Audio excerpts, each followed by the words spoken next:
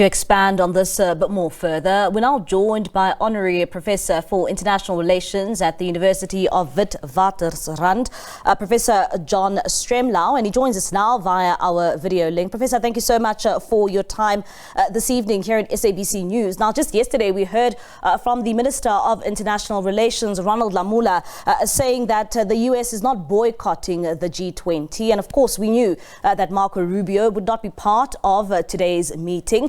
At the same time, we also then heard that the US Treasury Secretary will also not be attending when the finance ministers meet for the G20 Finance Committee meeting. What do you make, of just another official from the US government not attending this G20 meetings?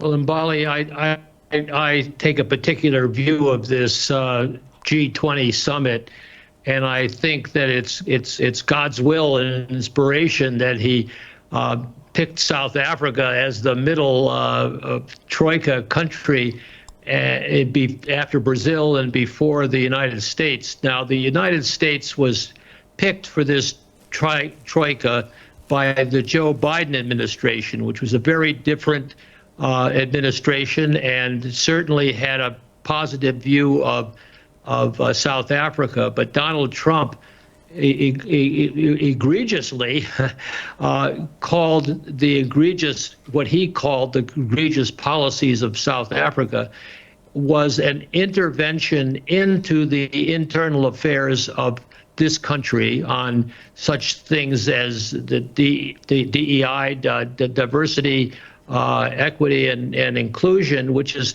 embedded in the Constitution of 1996. He doesn't know that, and he condemned the land expropriation bill. Obviously, hadn't read it, and as I have, and then climate change, which scientists around the world agree. And I think that Cyril Ramaphosa has responding very, very well in his SONA. He implicitly condemned the bullying explicitly on the bullying, but not mentioning Trump. And we won't be bullied by anyone. And the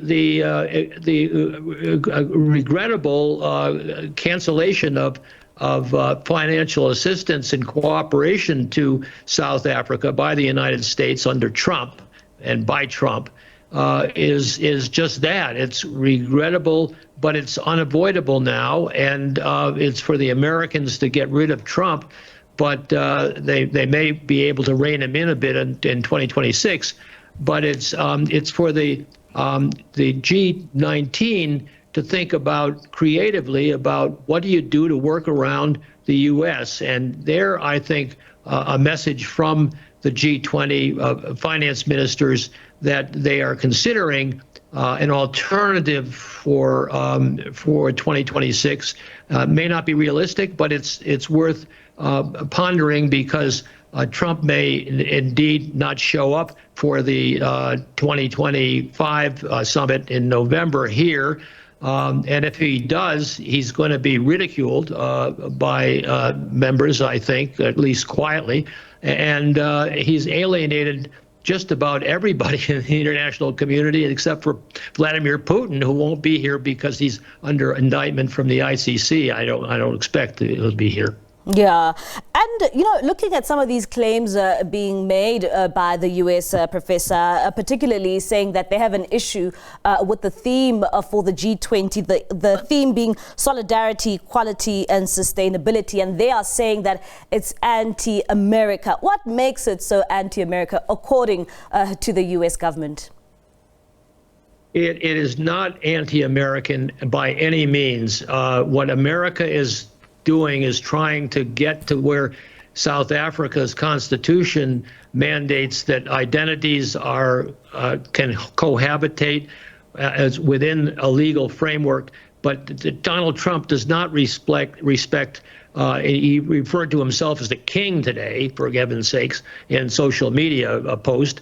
And he is an autocrat in the making, but he doesn't do his homework, and he doesn't understand,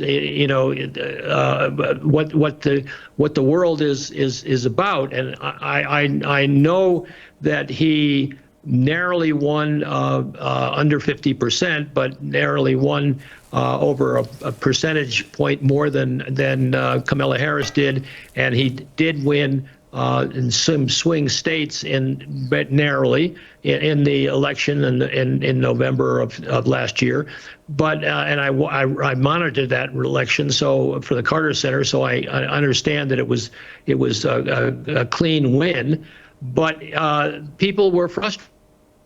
And they voted to elect an autocrat. So how do you deal with the autocrat?